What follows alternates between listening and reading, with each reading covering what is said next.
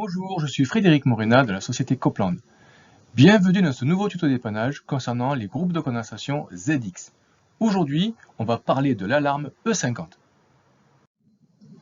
L'alarme E50 signifie que le régulateur mesure un retour de liquide côté HP.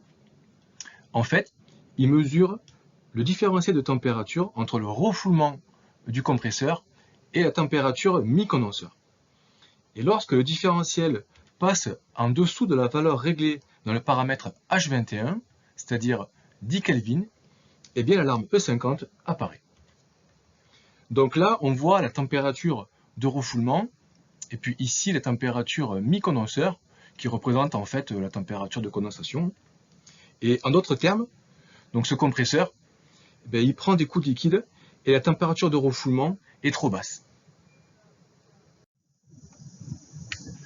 Voilà à quoi on reconnaît un coup de liquide sur un groupe de condensation. Donc on a en premier lieu la vanne d'aspiration qui commence à former un glaçon. Et on a tout le corps du compresseur qui blanchit à son tour, donc de la vanne d'aspiration jusqu'au voyant d'huile. Parlons maintenant des causes possibles de coups de liquide sur un groupe de condensation.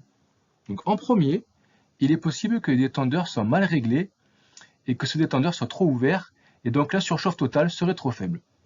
Donc il faudrait le refermer jusqu'à obtenir une surchauffe totale comprise entre 15 et 20 Kelvin maximum. En deuxième possibilité, on aurait peut-être un détendeur mal sélectionné et donc une buse trop grande. Donc pour les ZXLE, quand on veut dimensionner une buse, il ne faut pas oublier de prendre en compte un refroidissement d'environ 30 Kelvin, c'est-à-dire un liquide compris entre 0 et plus 5 degrés. Et sinon, on dimensionne une buse 1 à 2 fois trop grande. Pour finir, voici donc une image d'une surchauffe qui a été mesurée. Donc on voit ici une température d'évaporation de moins 29,2 degrés et une température des gaz aspirés à moins 10,7. Et donc on a une surchauffe de 18,5 Kelvin, ce qui est parfait. Cette vidéo est terminée et je vous remercie de l'avoir suivie. J'espère qu'elle vous a plu et qu'elle vous sera utile. Si vous avez besoin de documentation ou si vous avez une question technique, n'hésitez pas à m'envoyer un email à frédéric.morena@copland.com et surtout, abonnez-vous à ma chaîne YouTube qui s'appelle Les vidéos de dépannage de Frédéric Morena. Au revoir et à bientôt!